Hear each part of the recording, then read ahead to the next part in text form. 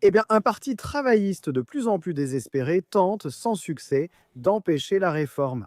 Avant d'en arriver là, je peux toutefois confirmer que ma candidature pour siéger au conseil d'administration du Parti réformiste du Royaume-Uni a été approuvée. Ma candidature est approuvée. Nous passons à l'étape suivante, la nomination.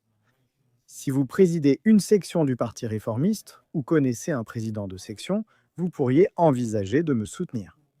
Et veuillez envoyer un email à michael@mever.com. J'ai besoin de ces nominations pour figurer sur le bulletin de vote et j'apprécie votre soutien.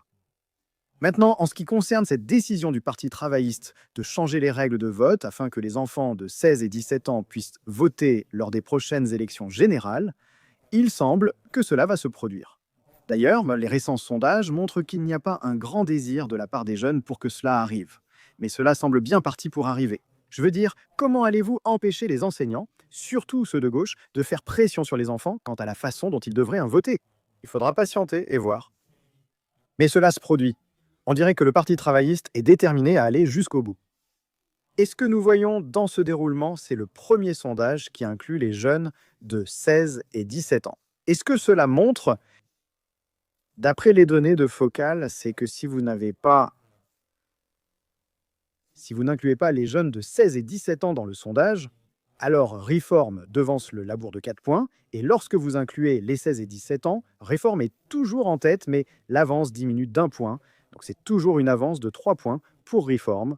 Donc c'est 26% contre 23 pour le Labour, 19 pour les conservateurs, 14 pour les libéraux démocrates et 9 pour le Parti vert. Maintenant, spécifiquement pour les jeunes de 16 et 17 ans, il s'agit d'un petit échantillon, comme le précisent les données de Focal. Mais on peut voir que le Labour est en tête avec 35% des voix chez les 16 et 17 ans. Les Verts sont deuxième, Reform est troisième.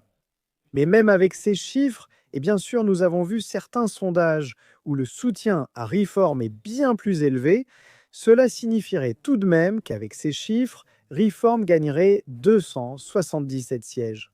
Le Labour en perdrait 229 et les Tories en perdraient encore 59. Donc dans l'état actuel des choses, même avec ce changement, Reform deviendrait le plus grand parti lors des prochaines élections générales. N'hésitez pas à partager vos réflexions à ce sujet en commentaire. N'hésitez pas à liker cette vidéo, ça me ferait vraiment plaisir. Comme toujours, merci d'avoir regardé.